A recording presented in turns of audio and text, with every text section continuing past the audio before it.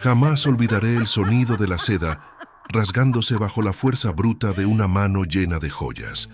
Un sonido seco y violento que logró silenciar incluso a la orquesta sinfónica que tocaba el vals imperial en aquel salón dorado.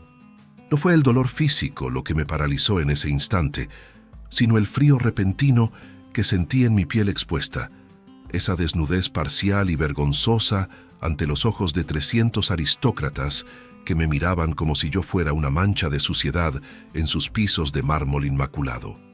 La duquesa Amalia sostenía el trozo de mi modesto vestido gris en su mano, alzándolo como un trofeo de guerra, mientras su risa, cristalina y cruel, resonaba contra los techos pintados al fresco, una risa que se clavó en mi pecho más profundamente que cualquier daga, porque no solo se burlaba de mi ropa, se burlaba de mi existencia misma.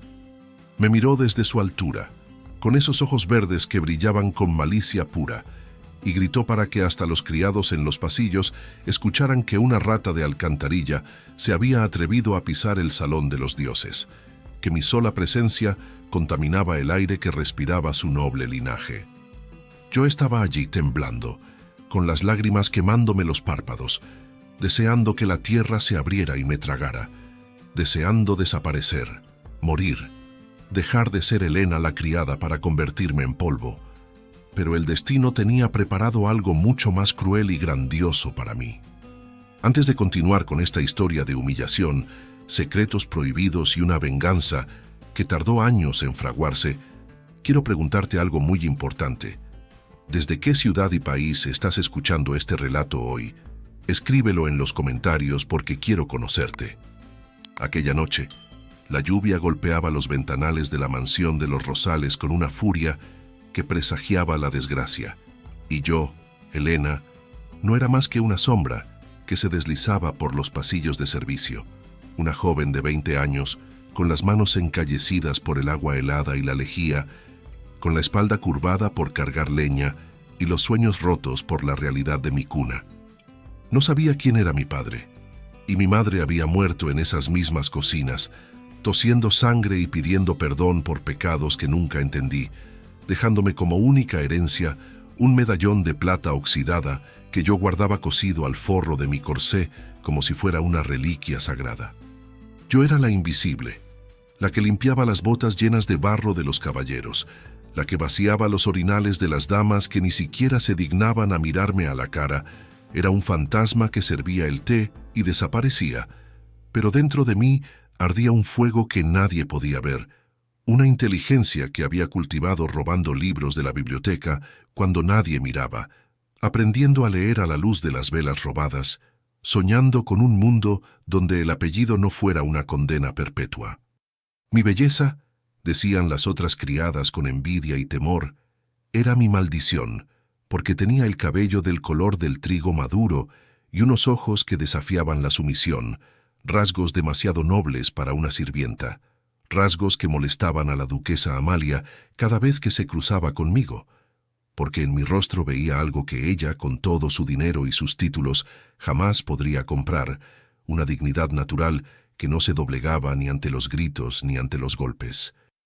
Pero yo tenía miedo, un miedo profundo y constante a ser expulsada, a morir de hambre en las calles frías de la ciudad, a perder el único techo que conocía, por cruel que fuera, y ese miedo me hacía bajar la cabeza, morder mis labios hasta sangrar y tragarme las palabras de defensa que se agolpaban en mi garganta. El mundo en el que vivíamos, a mediados de aquel siglo XIX lleno de contradicciones, era un escenario brutal donde la opulencia más obscena convivía con la miseria más abyecta, y la mansión de los Rosales era el ejemplo perfecto de esa injusticia social. Un palacio de piedra y cristal rodeado de hectáreas de viñedos y bosques de caza, un lugar donde el vino corría como agua en las copas de cristal de Bohemia, mientras en las cabañas de los arrendatarios los niños lloraban por un trozo de pan duro. Las reglas eran claras y estaban escritas con sangre. Cada uno tenía su lugar y salirse de él era un crimen imperdonable. Los nobles arriba, en la luz, y nosotros abajo, en la oscuridad, alimentando la maquinaria de su placer con nuestro sudor y nuestras lágrimas. La jerarquía era un muro de acero impenetrable, y la duquesa Amalia, viuda y dueña absoluta de aquellas tierras tras la muerte sospechosa de su marido, era la guardiana feroz de ese orden, una mujer que gobernaba con puño de hierro y sonrisa de serpiente, capaz de destruir la vida de un hombre con un simple movimiento de su abanico. Aquella noche se celebraba el baile de invierno, el evento más importante del año, donde se decidirían alianzas matrimoniales y negocios políticos, y la mansión brillaba como una estrella caída en medio de la oscuridad del campo, con cientos de carruajes llegando desde la capital, trayendo a lo más selecto de la sociedad, hombres con medallas militares y mujeres envueltas en sedas traídas de Oriente y encajes de Bruselas. El aire olía a perfume caro, a cera de abejas y a asado de venado, una mezcla embriagadora que se filtraba hasta las cocinas subterráneas, donde nosotros trabajábamos frenéticamente, pelando, cortando, limpiando, asegurándonos de que la fantasía de los de arriba no se viera interrumpida por ningún error mundano. Yo no debía haber subido. Mi lugar estaba fregando las ollas de cobre, pero la gobernanta me había ordenado llevar una bandeja de copas de cristal repuesto al salón principal porque faltaban manos, y fue entonces, al cruzar el umbral de servicio, cuando el destino me empujó hacia el abismo. El salón era un remolino de colores y luces que me dejó momentáneamente ciega. Un espectáculo de una belleza tan agresiva que dolía mirarlo, y por un segundo, solo por un segundo, me permití olvidar quién era y me quedé fascinada mirando a las parejas girar al ritmo del vals, imaginando cómo se sentiría ser una de ellas, cómo se sentiría ser amada y respetada. Fue ese instante de distracción, ese pecado de soñar, lo que me condenó, porque no vi a la duquesa Amalia acercarse, no vi la copa de vino tinto que ella sostenía con intención, y cuando chocamos, o mejor dicho, cuando ella se lanzó contra mí disimuladamente, el líquido oscuro manchó su inmaculado vestido blanco como una herida mortal. El silencio cayó como una guillotina, la música se detuvo. Las conversaciones cesaron y 300 pares de ojos se clavaron en nosotras, en la duquesa dramáticamente horrorizada y en mí, la criada estúpida, la culpable, la víctima propiciatoria. Yo intenté disculparme, intenté arrodillarme para limpiar el desastre con mi propio delantal, balbuceando palabras de perdón que no tenían sentido, pero Amalia no quería disculpas, quería un espectáculo, quería sangre, y con un movimiento rápido y teatral, me agarró del cuello de mi vestido gris y tiró con todas sus fuerzas, rasgando la tela hasta dejar mi hombro y parte de mi pecho al descubierto, exponiéndome a la lascivia y al desprecio de todos los presentes. «Eres una inútil», gritó con una voz que destilaba veneno, «una sucia campesina que no merece respirar el mismo aire que nosotros. Miradla, mirad la mugre que se esconde bajo sus ropas, mirad lo que realmente es». Las damas se cubrieron la boca con sus abanicos para ocultar sus risas. Los caballeros miraron con una mezcla de asco y deseo prohibido, y yo sentí cómo mi alma se rompía en 1000 pedazos, cómo la vergüenza me quemaba la piel más que el frío, cómo la humillación pública me marcaba para siempre, como si me hubieran puesto un hierro candente en la frente. No hubo piedad. No hubo nadie que se adelantara para cubrirme o para defenderme, ni siquiera el joven conde de Valois, a quien yo había visto mirarme con ternura en los jardines días atrás. Él también bajó la mirada, cómplice del silencio, cómplice de la crueldad de su clase. Amalia llamó a los guardias de la entrada, 2 hombres gigantescos que me agarraron por los brazos como si fuera una criminal peligrosa, y ordenó que me sacaran, que me tiraran fuera de la propiedad inmediatamente, sin dejarme recoger mis pocas pertenencias, sin dejarme coger mi abrigo. «Fuera», gritó ella, señalando la puerta abierta por donde entraba la tormenta, «vuelve al lodo del que saliste y no te atrevas a pisar mis tierras nunca más, o haré que te casen con los perros». Y así, arrastrada por el suelo pulido, llorando no por el dolor de los agarres sino por la muerte de mi dignidad, fui expulsada del único mundo que conocía, lanzada a la noche oscura y tempestuosa, cayendo de rodillas en el barro frío del patio, mientras las puertas de la mansión se cerraban a mis espaldas con un golpe sordo y definitivo, dejándome sola, semidesnuda y rota bajo la lluvia torrencial. Pero lo que la duquesa Amalia no sabía, lo que nadie en ese salón maldito podía imaginar, era que al tirarme al barro no me estaban destruyendo, me estaban sembrando, porque en ese momento, mientras me levantaba temblando, limpiándome la sangre del labio y mirando hacia las ventanas iluminadas con un odio que nunca antes había sentido, juré por la memoria de mi madre y por el medallón que quemaba contra mi pecho que volvería. No volvería como criada, no volvería para pedir perdón, volvería para ser la dueña de todo, para verlos arrodillarse uno por uno, para comprar sus deudas, sus casas y sus almas, porque esa noche, bajo la lluvia, Helena la sirvienta murió, y nació una mujer dispuesta a incendiar el mundo para recuperar lo que, sin saberlo aún, era legítimamente suyo. Aquella caminata bajo la tormenta fue un descenso a los infiernos que ninguna palabra humana podría describir con justicia. Una peregrinación de dolor donde cada paso era una batalla contra la muerte que me susurraba al oído, invitándome a rendirme, a cerrar los ojos y dejar que el frío terminara con mi sufrimiento. Mis pies descalzos, acostumbrados a la dureza de la piedra, pero no a la crueldad del camino real lleno de guijarros afilados y espinas, dejaban un rastro de sangre diluida por la lluvia, un mapa rojo de mi expulsión que el agua se encargaba de borrar al instante, como si el mundo quisiera eliminar cualquier prueba de que yo alguna vez había existido. No tenía a dónde ir. Las puertas de las casas del pueblo estaban cerradas a cal y canto, y sabía que la influencia de la duquesa se extendía como una mancha de aceite. Nadie se atrevería a dar cobijo a la criada deshonrada, nadie arriesgaría su pan por calentar a una paria. Terminé arrastrándome hasta las ruinas de una antigua abadía quemada en las afueras de la propiedad, un lugar que los lugareños decían que estaba maldito, pero para mí los fantasmas eran mejor compañía que los vivos de aquella noche. Me ovillé en un rincón donde el techo aún resistía, tiritando con una fiebre que empezaba a nublar mi mente, abrazando mis rodillas contra mi pecho en un intento inútil de conservar el poco calor que me quedaba, mientras las imágenes de la humillación en el salón de baile se repetían en mi cabeza una y otra vez. La risa de Amalia, el sonido de la seda rasgada, las miradas de desprecio, convirtiéndose en el combustible de un odio negro y espeso que me mantenía con vida. Fue en ese delirio, en el borde entre la conciencia y el desmayo, cuando mis dedos entumecidos buscaron instintivamente el medallón de mi madre, mi único tesoro, mi única conexión con un amor que no dolía. Pero el destino, en su infinita ironía, eligió ese momento de absoluta miseria para cambiar las reglas del juego. Al sacar el medallón de entre los jirones de mi ropa mojada, noté que el golpe contra el suelo de piedra, cuando fui arrojada por los guardias, había dañado el cierre.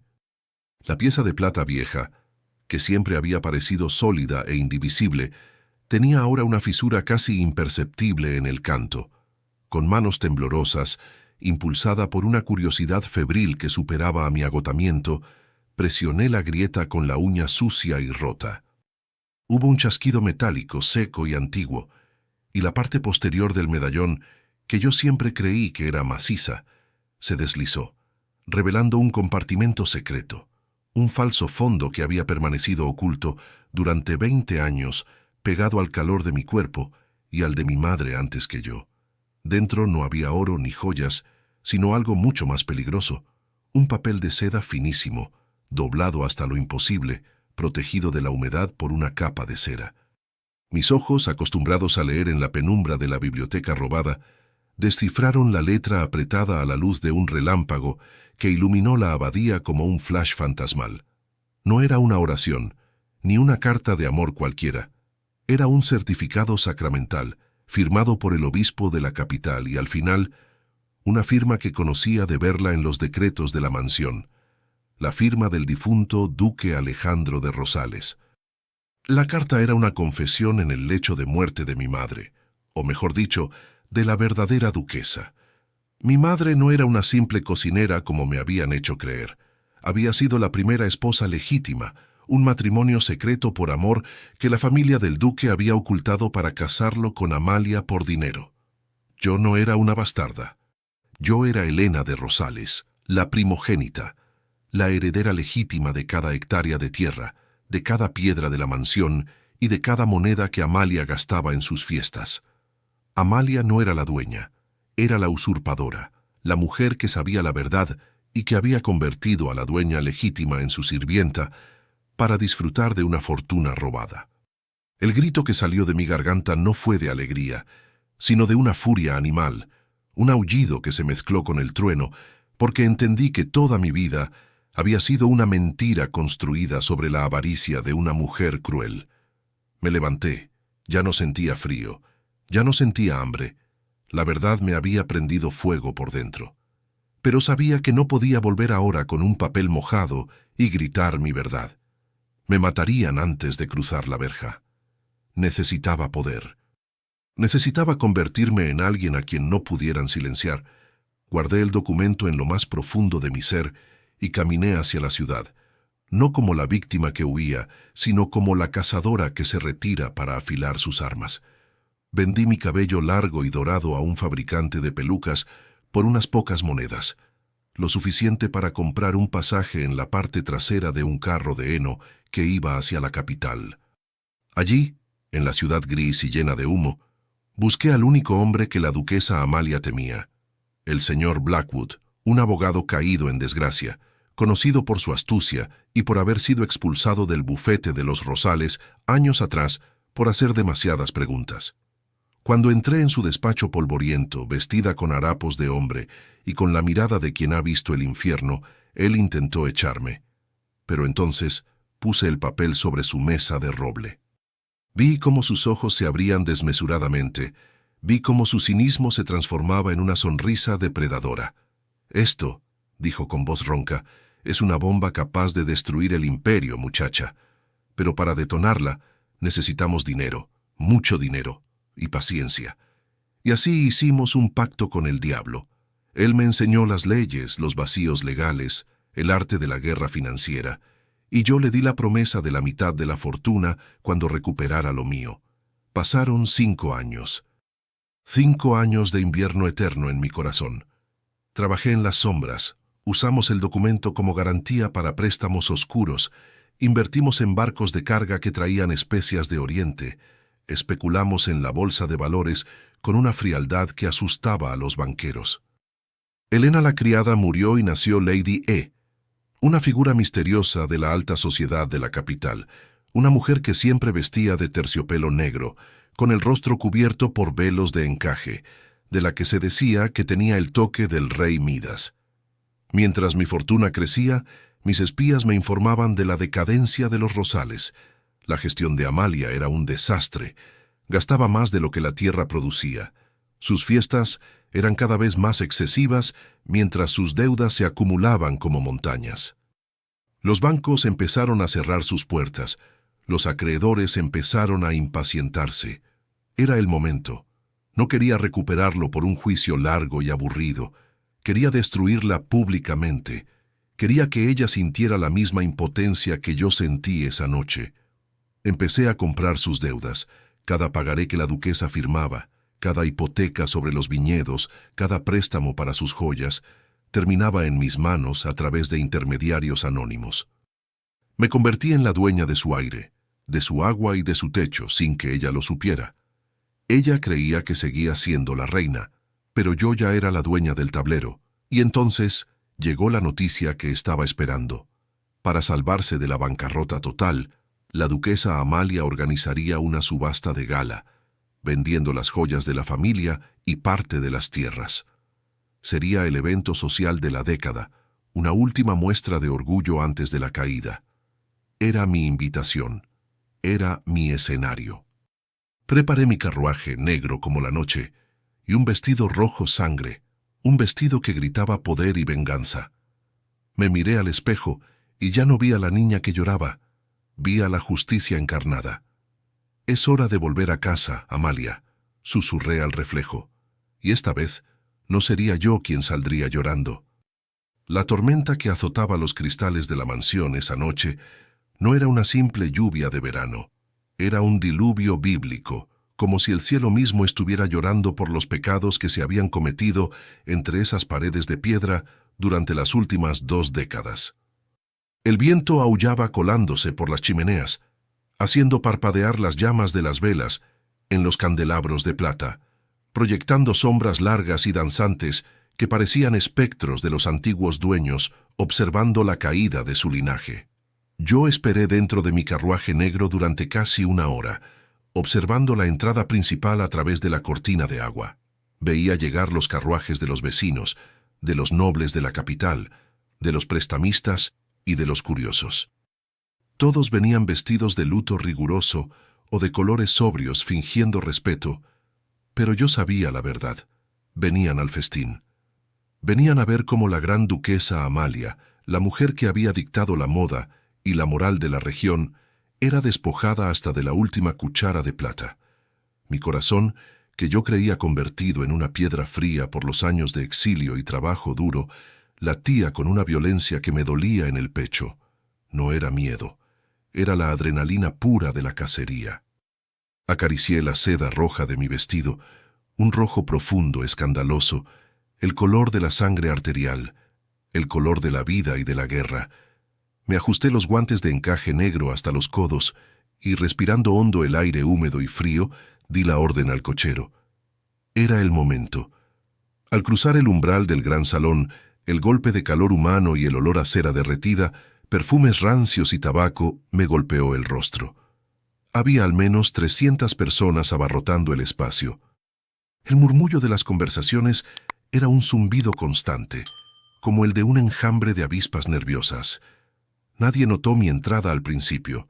Estaban demasiado ocupados mirando hacia el estrado, donde el subastador, un hombrecillo de aspecto miserable con gafas que se le resbalaban por la nariz sudorosa, estaba liquidando los últimos bienes muebles. Lote número 98, anunció con voz gangosa. El collar de zafiros de la familia, una pieza única del siglo XVIII. Vi a Amalia sentada en primera fila. Estaba consumida. Su piel, antes tersa y cuidada con cremas importadas, ahora colgaba flácida y grisácea. Llevaba un vestido de seda lavanda que había visto tiempos mejores, y sus manos se aferraban a los brazos de su silla como garras. Cuando el martillo cayó, vendiendo el collar por una fracción de su valor a un comerciante de vinos advenedizo, vi cómo Amalia cerraba los ojos y una lágrima solitaria, amarga, recorría su mejilla, pero no sentí lástima.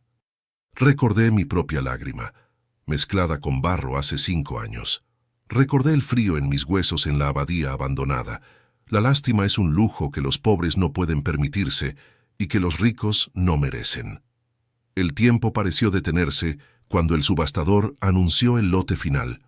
Se hizo un silencio sepulcral en la sala, tan profundo que se podía escuchar el repiquetear de la lluvia contra el techo. Lote número 100, la propiedad raíz. El título de la mansión Rosales, las 300 hectáreas de viñedos, los bosques de caza y las granjas arrendadas. Todo se vende en un solo bloque para cubrir la deuda total con el Banco Nacional. Amalia se puso de pie, tambaleándose. Quería decir algo. Quería detenerlo, pero no tenía voz. No tenía poder. Comenzamos la puja en 600.000 francos, dijo el subastador. 610, gritó el conde de Valois, el hombre que me había traicionado con su silencio. Lo miré con asco. Quería las tierras para anexarlas a las suyas. 650, ofreció un banquero de la capital. 700.000, replicó Valois, sonriendo con arrogancia, creyéndose ya el dueño. 1.500.000 francos. Mi voz salió de mi garganta con una claridad y una potencia que me sorprendió incluso a mí. No fue un grito, fue una declaración de hechos. Las cabezas de 300 invitados giraron al unísono hacia el fondo de la sala, donde yo permanecía, una figura solitaria envuelta en una capa de terciopelo negro con capucha. El silencio que siguió fue absoluto, denso, cargado de incredulidad. 1,5 millones era una cifra astronómica. una cifra que nadie en esa sala, ni siquiera el duque más rico, podía desembolsar sin pestañear. El subastador casi deja caer el mazo. ¿Quién ofrece tal suma?», tartamudeó limpiándose las gafas frenéticamente. Comencé a caminar. No me apresuré. Cada paso era medido. El sonido de mis tacones sobre el parquet de roble encerado, toc, toc, toc, resonaba como disparos en la sala quieta. La multitud se abría a mi paso, retrocediendo instintivamente ante la energía oscura que emanaba de mí. Mientras caminaba, desaté el lazo de mi capa de terciopelo y dejé que se deslizara de mis hombros, cayendo al suelo como una piel muerta. El vestido rojo brilló bajo la luz de las 1000 velas de las arañas de cristal. Un murmullo de asombro recorrió la sala. Era un vestido indecente para una subasta. Un vestido de reina, de emperatriz, con un escote que desafiaba la modestia y rubíes que sangraban luz alrededor de mi cuello. Llegué al pie del estrado y me giré para encarar a Amalia. Ella me miraba con confusión, con miedo, intentando descifrar quién era esa mujer que se atrevía a comprar su vida. Sus ojos recorrieron mi figura, y vi el momento exacto en que la duda se convirtió en reconocimiento. Vi cómo sus pupilas se dilataban, cómo su boca se abría en un grito mudo.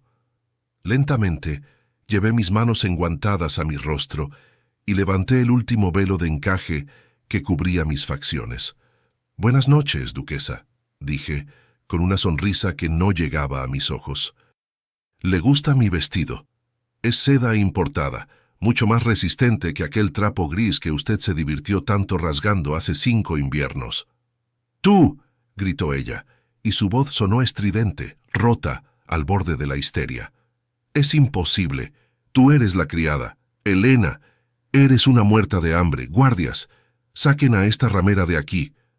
Se giró hacia los invitados, buscando apoyo, buscando validación. «Es ella, la sirvienta que robó el vino. Mírenla.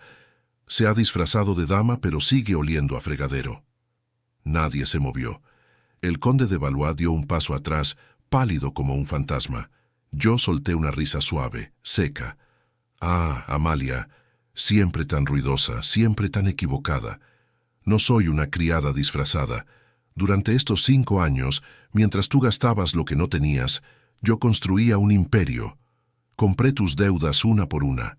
Soy dueña de cada pagaré que firmaste en tu desesperación. Pero...» Hice una pausa dramática, metiendo la mano en el pequeño bolso de cuentas que llevaba en la muñeca. «Eso es solo dinero, y el dinero es vulgar. Lo que vengo a reclamar hoy no se compra con oro». Saqué el documento. El papel estaba amarillento, frágil, protegido por una carpeta de cuero. Lo desdoblé con cuidado reverencial. «¿Reconoces la letra de mi padre, el duque Alejandro?», pregunté, mostrándole el papel. «Este es el certificado de matrimonio con mi madre, María, su primera esposa. Y esta», saqué otro papel, «es mi partida de nacimiento, Helena de Rosales, primogénita, heredera única». El grito de la multitud fue ensordecedor esta vez. El escándalo, la mentira revelada. Amalia se derrumbó en su silla, negando con la cabeza frenéticamente. «Es falso, es una falsificación, miente». «El notario real ya lo ha verificado», interrumpió la voz grave del señor Blackwood, apareciendo desde las sombras con el juez del distrito a su lado. «Los documentos son auténticos, duquesa, o mejor dicho, señora Amalia, porque usted nunca fue la duquesa legítima. Su matrimonio fue bígamo. Usted ha sido legalmente la concubina durante todos estos años». Esa palabra, concubina, flotó en el aire, pesada y destructiva. Amalia, la mujer que juzgaba a todos, la guardiana de la moral, reducida a la nada. Me acerqué a ella. Me incliné hasta que mis labios casi rozaron su oreja. Podía oler su miedo, un olor agrio a sudor antiguo. «Te perdoné que me hicieras dormir en el suelo», susurré. «Te perdoné los golpes, te perdoné el hambre, pero nunca te perdonaré que me hicieras creer que mi madre era una puta, cuando era una santa que murió por tu culpa». Me enderecé y miré a los guardias. Los mismos hombres grandes y brutos de hace años. «Caballeros», dije con voz de mando, «la señora Amalia está invadiendo una propiedad privada, y yo no tolero intrusos en mi casa. Acompáñenla a la salida». Los guardias dudaron un segundo, mirando a su antigua patrona y luego a mí, la nueva dueña con el cheque de 1,5 millones en la mano. El dinero siempre gana. Uno de ellos agarró a Amalia por el brazo. «¡No me toquen! ¡Soy la duquesa! ¡Suéltenme, sucios animales!», chilló ella pataleando, perdiendo toda compostura, toda dignidad. «Ya no eres nadie, Amalia», dije, fría como el hielo. «Y por cierto, ese vestido que llevas, lo pagaste con el dinero de las rentas de mis tierras. Quítatelo». Fue cruel, fue excesivo, pero era necesario. No hice que se desnudara allí, pero la obligué a dejar sus joyas, su chal, sus anillos. Salió arrastrada, llorando, maldiciendo, una figura patética que ya no inspiraba miedo, solo lástima y repugnancia. La seguí. Toda la sala nos siguió en procesión, como si fuera un funeral invertido. Llegamos a la gran puerta de roble. Yo misma puse la mano en el pomo de bronce frío. Sentí el peso de la historia bajo mis dedos. Abrí la puerta de golpe. El viento y la lluvia entraron con furia, mojando el suelo del vestíbulo. «Fuera», le dije. «Elena, por favor». Sollozó ella, cayendo de rodillas en el umbral, mirando la oscuridad de la tormenta. «¿A dónde iré? No tengo nada. Moriré ahí fuera». La miré desde arriba, intocable en mi vestido rojo. «La abadía abandonada tiene un rincón seco donde el techo aún resiste», le dije, devolviéndole el recuerdo de mi propia noche de horror. «Si te das prisa, quizás llegues antes de congelarte. Y si tienes suerte, quizás encuentres un medallón que te salve la vida. Pero lo dudo». Hice una señal a los guardias y la empujaron. Amalia cayó de bruces en el fango, el mismo fango que había manchado mi cara años atrás. El agua empapó su vestido lavanda al instante. Se quedó allí, un bulto miserable bajo la lluvia torrencial. No esperé a ver si se levantaba. Agarré las 2 hojas de la puerta pesada y comencé a cerrarlas. «Adiós, Amalia», susurré. El sonido de las puertas cerrándose. ¡Bum! Fue el sonido más satisfactorio de mi vida. El cerrojo cayó en su lugar con un clic definitivo. Me giré hacia el vestíbulo lleno de gente. Estaban aterrorizados. Me miraban como si fuera una diosa vengadora. «La subasta se cancela», anuncié, mi voz resonando en la bóveda de piedra. «Esta casa no se vende. Esta casa ha vuelto a su dueña. Pueden irse, y no quiero ver a ninguno de ustedes nunca más en mis tierras, a menos que vengan a pagar renta». Poco a poco, los invitados comenzaron a salir por las puertas laterales, cabizbajos, murmurando, huyendo de mi presencia. Me quedé sola en el inmenso vestíbulo. Solo quedaban los criados, alineados contra la pared, temblando. Busqué a Rosa, la vieja gobernanta. Sus ojos estaban llenos de lágrimas. Me acerqué a ella y le tomé las manos ásperas por el trabajo, las únicas manos que alguna vez me dieron un trozo de pan extra a escondidas. «No llores, Rosa», le dije suavemente, y mi voz se quebró por primera vez en toda la noche. «Se acabó el invierno. Prepara las habitaciones. Vamos a abrir las ventanas mañana. Quiero que entre el sol. Quiero que se vaya el olor a humedad y a mentiras». Caminé hacia la gran escalera. Subí los escalones uno a uno, sintiendo cómo cada paso me devolvía un fragmento de mi alma. Llegué al descansillo superior y miré hacia abajo, hacia el salón vacío, hacia el lugar de mi humillación y de mi victoria. Me toqué el pecho, donde el medallón descansaba contra mi piel, ahora caliente y vibrante. «Lo hicimos, mamá», susurré al vacío. «Somos libres». Y mientras el reloj daba las 12, marcando el inicio de un nuevo día, supe que la verdadera dueña no era la que tenía el papel, sino la que había sobrevivido al fuego para reclamarlo.